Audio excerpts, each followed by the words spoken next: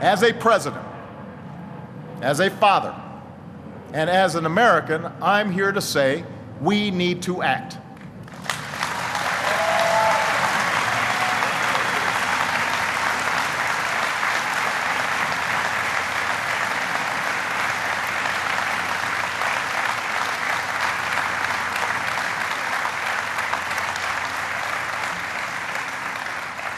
I refuse to condemn your generation and future generations to a planet that's beyond fixing. And that's why today I'm announcing a new national climate action plan, and I'm here to enlist your generation's help in keeping the United States of America a leader, a global leader in the fight against climate change.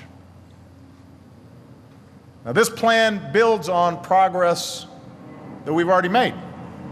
You know, last year I took office, the year that I took office, my administration pledged to reduce America's greenhouse gas emissions by about 17% from their 2005 levels by the end of this decade.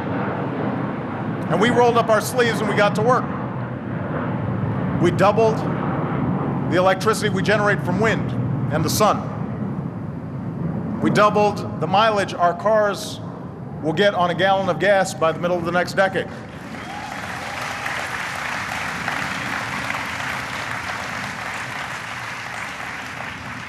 Here at Georgetown, I unveiled my strategy for a secure energy future. And thanks to the ingenuity of our businesses, we're starting to produce much more of our own energy. We're building the first nuclear power plants in more than 3 decades in Georgia and South Carolina. For the first time in 18 years, America's poised to produce more of our own oil than we buy from other nations. And today we produce more natural gas than anybody else. So we're producing energy. And these advances have grown our economy, they've created new jobs that can't be shipped overseas, and, by the way, they've also helped drive our carbon pollution to its lowest levels in nearly 20 years.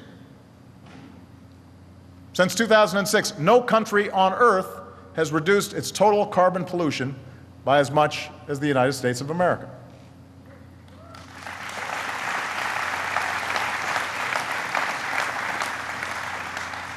So it's a good start.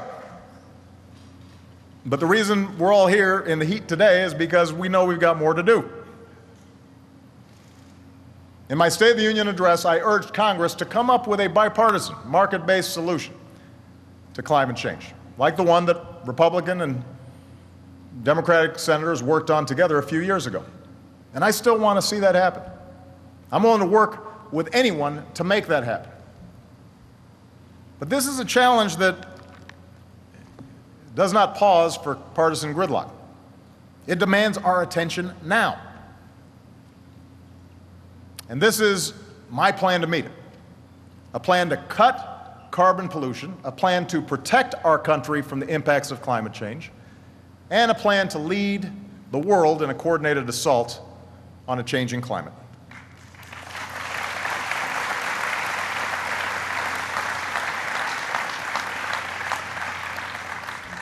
This plan begins with cutting carbon pollution by changing the way we use energy. Using less dirty energy, using more clean energy, wasting less energy throughout our economy. And 43 years ago, Congress passed a law called the Clean Air Act of 1970. It was a good law. The reasoning behind it was simple. New technology can protect our health by protecting the air we breathe from harmful pollution. And that law passed the Senate unanimously. Think about that. It passed the Senate unanimously. It passed the House of Representatives 375 to 1. I don't know who the one guy was. I haven't looked that up.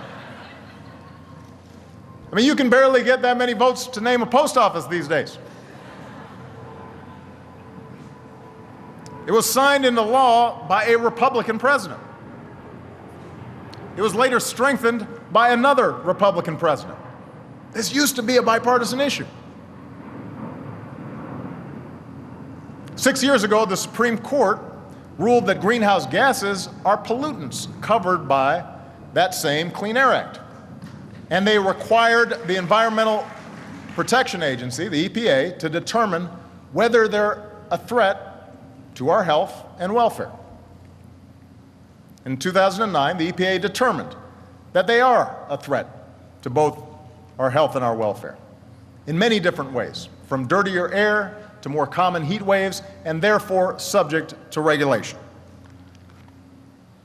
Now, today, about 40% of America's carbon pollution comes from our power plants. But here's the thing, right now, there are no federal limits to the amount of carbon pollution that those plants can pump into our air. None. Zero. We limit the amount of toxic chemicals like mercury and sulfur and arsenic in our air or our water, but power plants can still dump unlimited amounts of carbon pollution into the air for free. That's not right, that's not safe, and it needs to stop.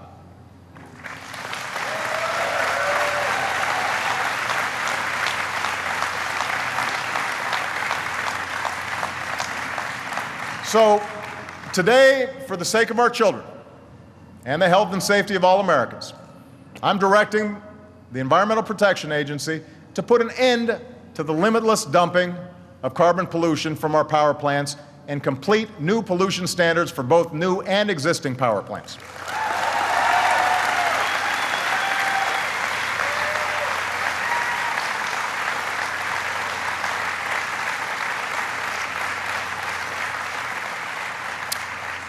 I'm also directing the EPA to develop these standards in an open and transparent way, to provide flexibility to different states with different needs, and build on the leadership that many states and cities and companies have already shown. In fact, many power companies have already begun modernizing their plants and creating new jobs in the process.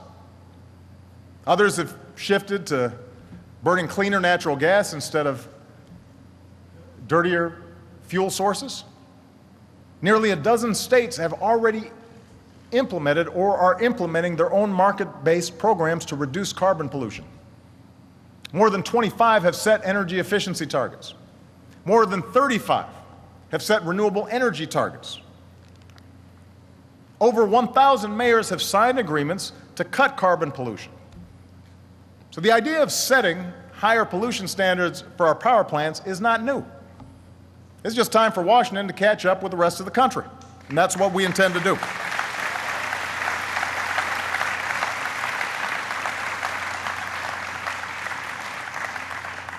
Now, what you'll hear from the special interests and their allies in Congress is that this will kill jobs and crush the economy and basically end American free enterprise as we know it. And the reason I know you'll hear those things is because that's what they said every time America sets clear rules and better standards for our air and our water and our children's health.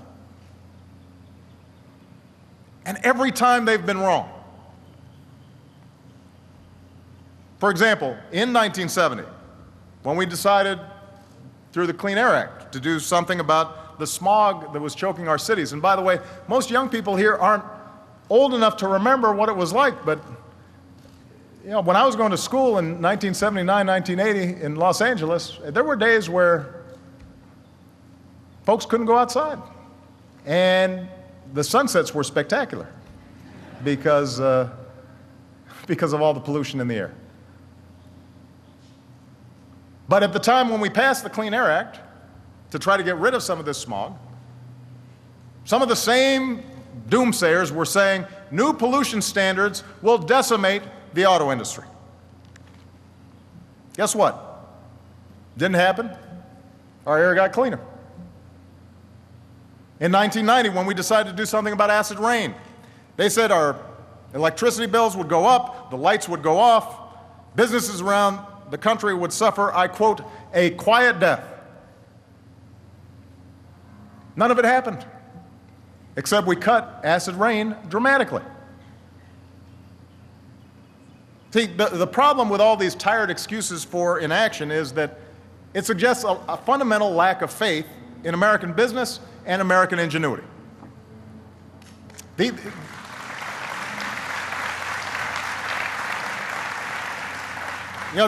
critics seem to think that when we ask our businesses to innovate and reduce pollution and lead, they can't or they won't do it. They'll just kind of give up and quit. But in America, we know that's not true. Look at our history. When we restricted cancer-causing chemicals in plastics and let it fuel in our cars, it didn't end the plastics industry or the oil industry.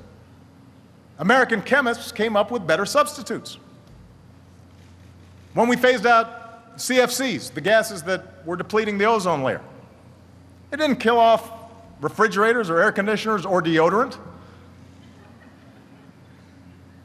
American workers and businesses figured out how to do it better without harming the environment as much. The fuel standards that we put in place just a few years ago didn't cripple automakers.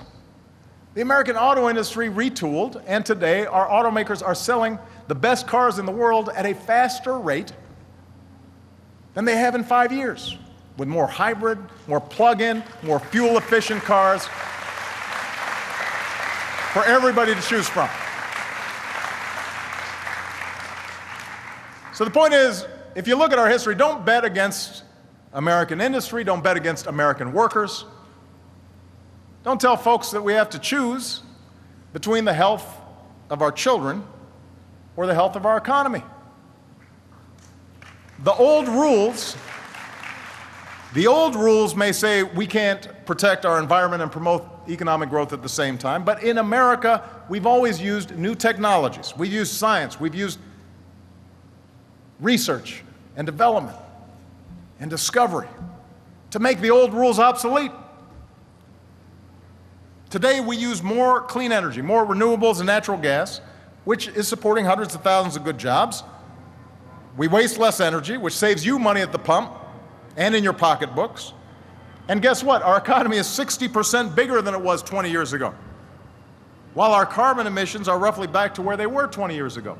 So obviously, we can figure this out. It's not an either or, it's a both and. We've got to look after our children, we have to look after our future, and we have to grow the economy and create jobs. We can do all of that as long as we don't fear the future, instead we seize it.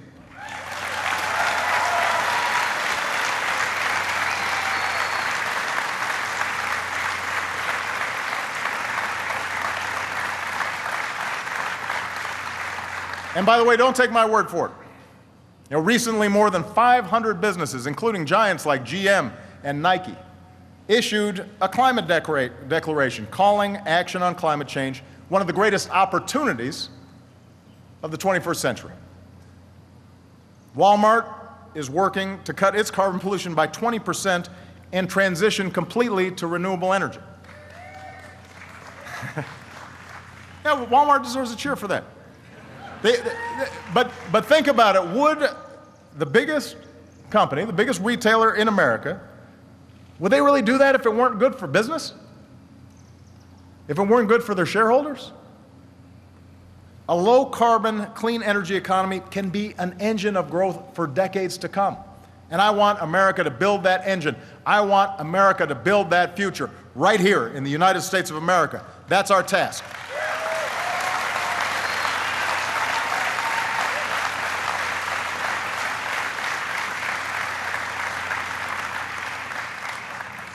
Now, one thing I want to make sure everybody understands, this does not mean that we're going to suddenly stop producing fossil fuels. Our economy wouldn't run very well if it did.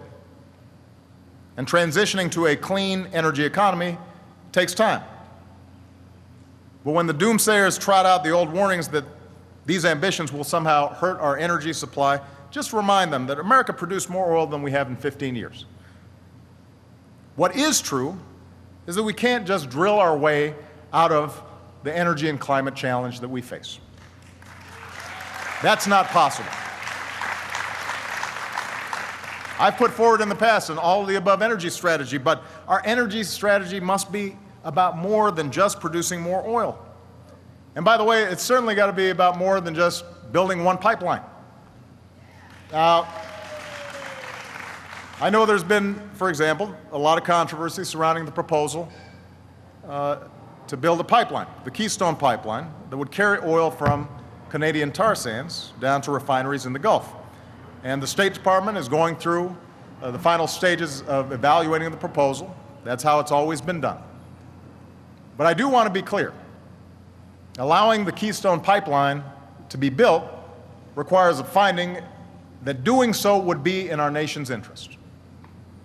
And our national interest will be served only if this project does not significantly exacerbate the problem of carbon pollution. The net effects of the pipeline's impact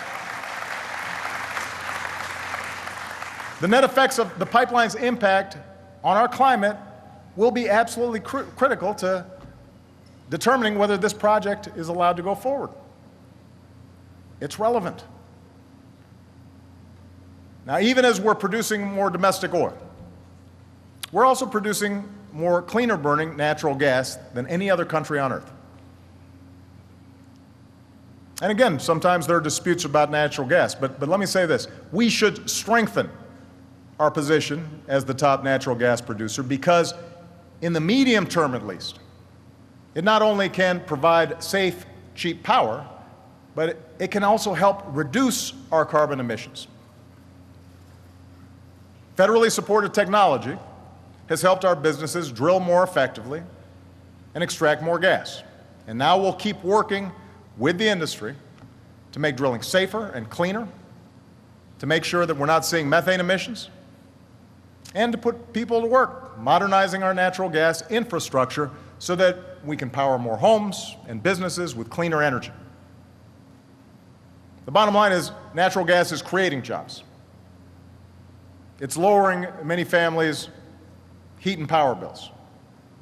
And it's the transition fuel that can power our economy with less carbon pollution, even as our businesses work to develop and then deploy more of the technology required for the even cleaner energy economy of the future. And that brings me to the second way that we're going to reduce carbon pollution, by using more clean energy. Over the past 4 years, we've doubled the electricity that we generate from zero carbon wind and solar power.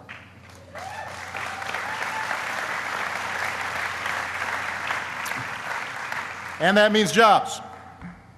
Jobs manufacturing the wind turbines that now generate enough electricity to power nearly 15 million homes. Jobs installing the solar panels that now generate more than 4 times the power at less cost than just a few years ago.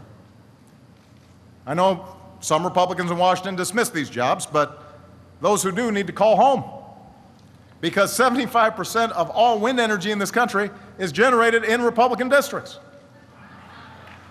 And that may explain why last year Republican governors in Kansas and Oklahoma and Iowa, by the way, a state that harnesses almost 25% of its electricity from the wind, helped us in the fight to extend tax credits for wind energy manufacturers and producers.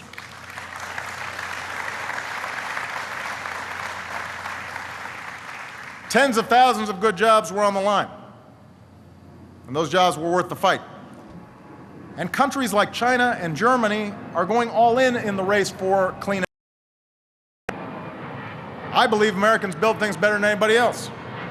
I want America to win that race, but we can't win it if we're not in it. So the plan I'm announcing today will help us double again our energy from wind and sun. Today I'm directing the Interior Department to greenlight enough private renewable energy capacity on public lands to power more than 6 million homes by 2020.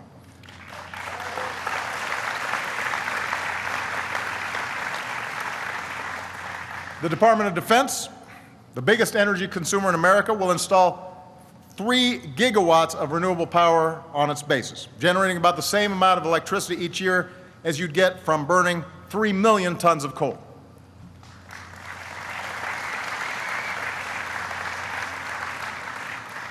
and because billions of your tax dollars continue to still subsidize some of the most profitable corporations in the history of the world, my budget once again calls for Congress to end the tax breaks for big oil companies and invest in the clean energy companies that will fuel our future.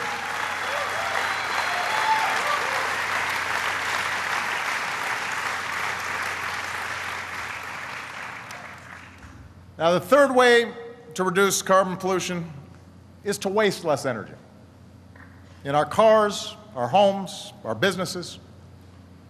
The fuel standards we set over the past few years mean that by the middle of the next decade, the cars and trucks we buy will go twice as far on a gallon of gas. That means you'll have to fill up half as often. We'll all reduce carbon pollution. And we built on that success by setting the first ever standards for heavy-duty trucks and buses and vans. And in the coming months, we'll partner with truck makers to do it again for the next generation of vehicles. Now, meanwhile, the energy we use in our homes and our businesses and our factories, our schools, our hospitals, that's responsible for about 1/3 of our greenhouse gases. The good news is simple upgrades don't just cut that pollution, they put people to work, manufacturing and installing smarter lights and windows and sensors and appliances. And the savings show up in our electricity bills every month, forever. And that's why we've set new energy standards for appliances like refrigerators and dishwashers. And today our businesses are building better ones that will also cut carbon pollution and cut consumers' electricity bills by hundreds of billions of dollars. That means, by the way, that our federal government also has to lead by example. I'm proud that federal agencies have reduced their greenhouse gas emissions by more than 15% since I took office. But we can do even better than that. So today I'm setting a new goal.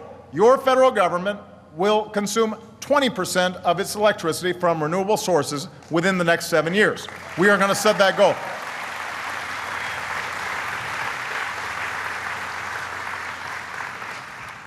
We'll also encourage private capital to get off the sidelines and get into these energy-saving investments. And by the end of the next decade, these combined efficiency standards for appliances and federal buildings will reduce carbon pollution by at least 3 billion tons. That's an amount equal to what our entire energy sector emits in nearly half a year. So I know these standards don't sound all that sexy, but think of it this way. That's the equivalent of planting 7.6 billion trees and letting them grow for 10 years, all while doing the dishes. It is a great deal, and we need to be doing it.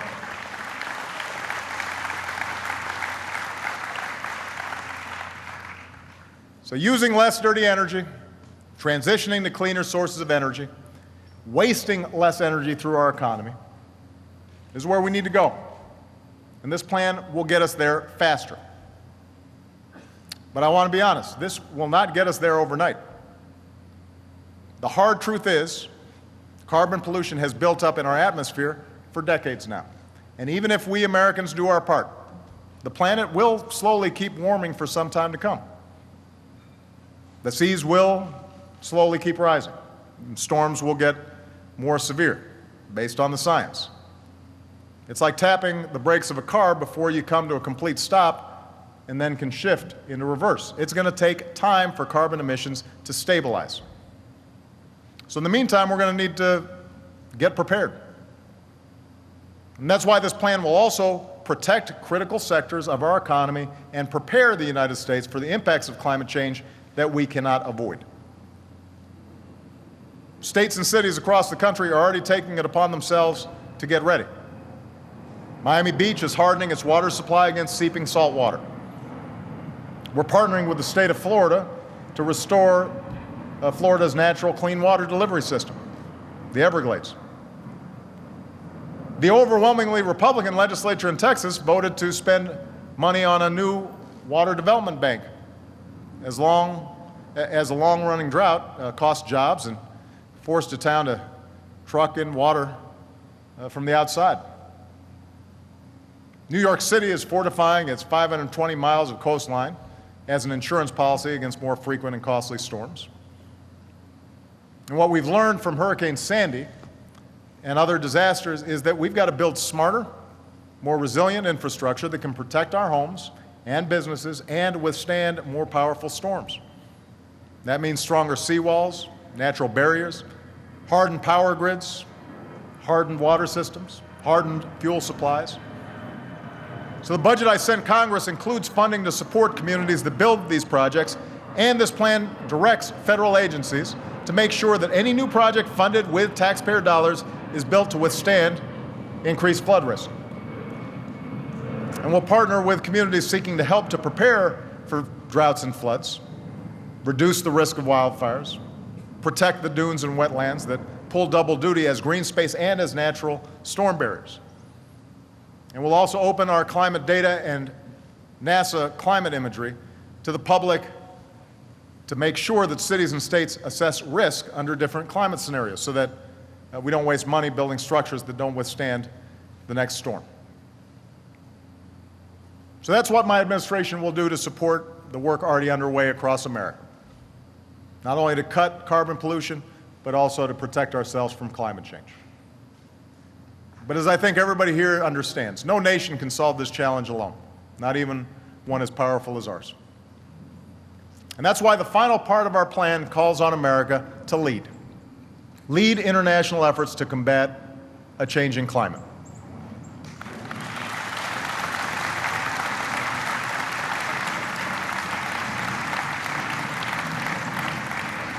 And make no mistake, the world still looks to America to lead.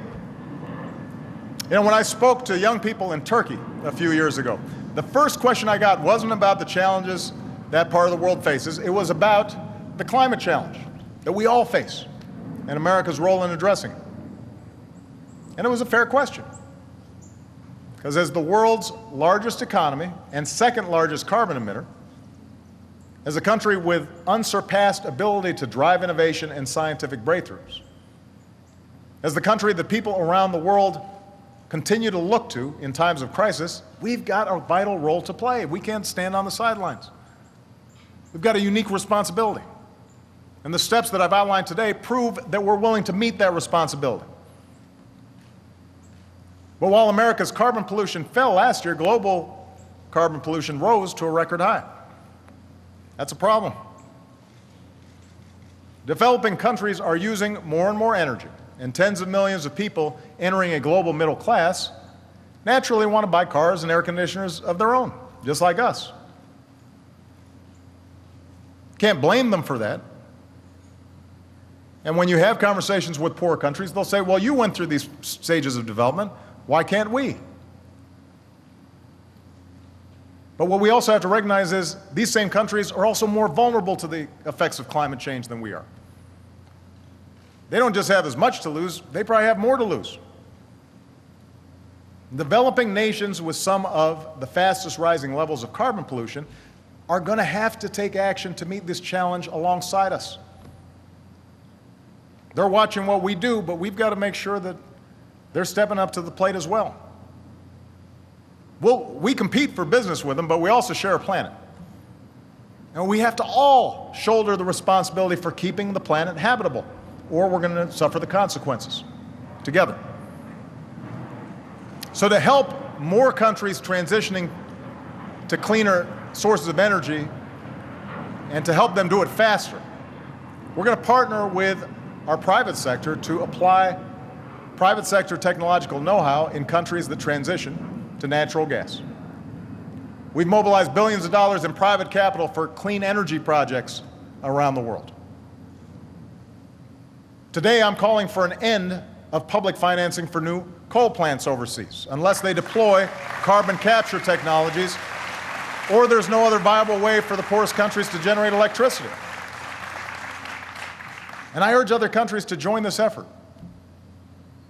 And I'm directing my administration to launch negotiations toward global free trade in environmental goods and services, including clean energy technology, to help more countries skip past the dirty phase of development and join a global low-carbon economy.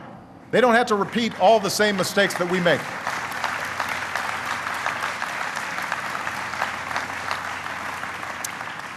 We've also intensified our climate cooperation with major emerging economies like India and Brazil and China, the world's largest emitter.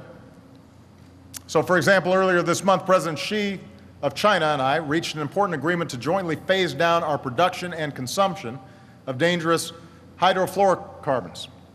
And we intend to take more steps together in the months to come. It will make a difference. It's a significant step in the reduction of carbon emissions. And finally, my administration will redouble our efforts to engage our international partners in reaching a new global agreement to reduce carbon pollution through concrete action. You know, 4 years ago in Copenhagen, every major country agreed for the first time to limit carbon pollution by 2020. 2 years ago, we decided to forge a new agreement beyond 2020 that would apply to all countries, not just developed countries. What we need is an agreement that's ambitious, because that's what the scale of the challenge demands. We need an inclusive agreement, because every country has to play its part. And we need an agreement that's flexible, because different nations have different needs. And if we can come together and get this right, we can define a sustainable future for your generation. So that's my plan. The actions I've announced today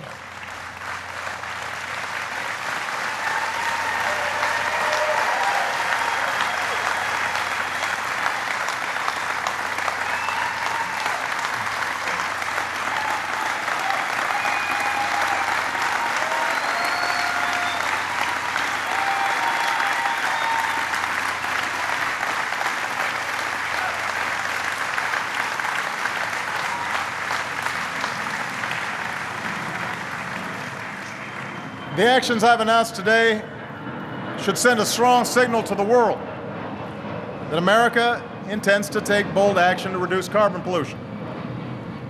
We will continue to lead by the power of our example, because that's what the United States of America has always done. I am convinced this is the fight America can and will lead in the 21st century, and I'm convinced this is a fight that America must lead. But it will require all of us to do our part. We'll need scientists to design new fuels. And we'll need farmers to grow new fuels. We'll need engineers to devise new technologies. And we'll need businesses to make and sell those technologies. We'll need workers to operate assembly lines that hum with high-tech, zero-carbon components. But we'll also need builders to hammer into place the foundations for a new clean energy era. We're going to need to give special care to people and communities that are unsettled by this transition, not just here in the United States, but around the world. And those of us in positions of responsibility, we'll need to be less concerned with the judgment of special interests and well-connected donors, and more concerned with the judgment of posterity.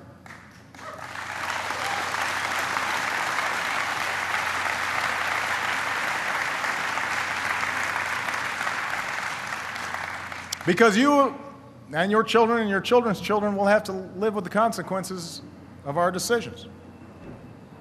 As I said before, climate change has become a partisan issue, but it hasn't always been. It wasn't that long ago that Republicans led the way on new and innovative policies to tackle these issues. Richard Nixon opened the EPA.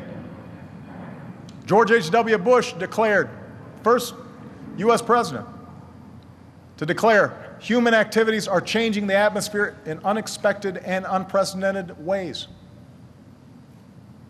Someone who never shies away from a challenge, John McCain, introduced a market-based cap-and-trade bill to slow carbon pollution. The woman that I've chosen to head up the EPA, Gina McCarthy, she's terrific.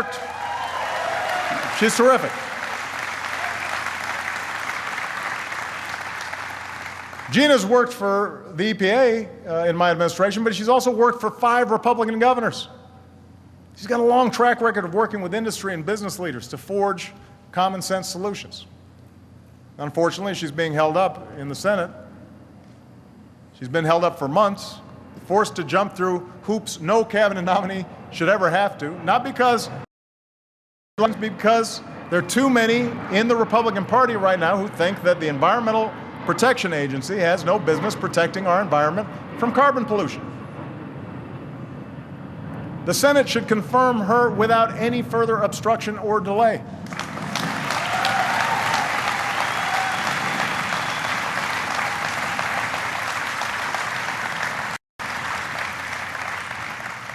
But more broadly, we've got to move beyond partisan politics on this issue. I want to be clear. I am willing to work with anybody. Republicans, Democrats, Independents, Libertarians, Greens, anybody to combat this threat on behalf of our kids. I'm open to all sorts of new ideas, maybe better ideas, to make sure that we deal with climate change in a way that promotes jobs and growth. Nobody has a monopoly on what is a very hard problem, but I don't have much patience for anyone who denies that this challenge is real. We don't have time for a meeting of the Flat Earth Society.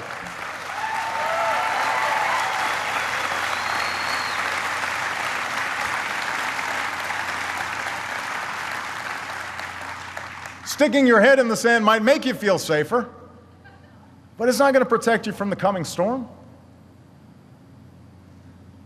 And ultimately, we will be judged as a people and as a society and as a country on where we go from here. Our founders believed that those of us in positions of power are elected not just to serve as custodians of the present, but as caretakers of the future. And they charged us to make decisions with an eye on a longer horizon than the arc of our own political careers. That's what the American people expect. That's what they deserve. And someday our children and our children's children will look at us in the eye and they'll ask us, did we do all that we could when we had the chance to deal with this problem and leave them a cleaner, safer, more stable world?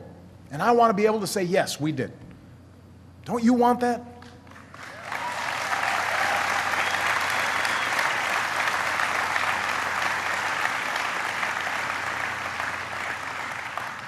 Americans are not a people who look backwards. We're a people who look forward. We're not a people who fear what the future holds. We shape it. What we need in this fight are citizens who will stand up and speak up and compel us to do what this moment demands. Understand, this is not just a job for politicians. So I'm going to need all of you to educate your classmates, your colleagues, your parents, your friends. Tell them what's at stake. Speak up at town halls, church groups, PTA meetings. Push back on misinformation. Speak up for the facts. Broaden the circle of those who are willing to stand up for our future. Convince those in power to reduce our carbon pollution. Push your own communities to adopt smarter practices. Invest, divest. Remind folks there's no contradiction between a sound environment and strong economic growth. And remind everyone who represents you at every level of government that sheltering future generations against the ravages of climate change is a prerequisite for your vote. Make yourself heard on this issue.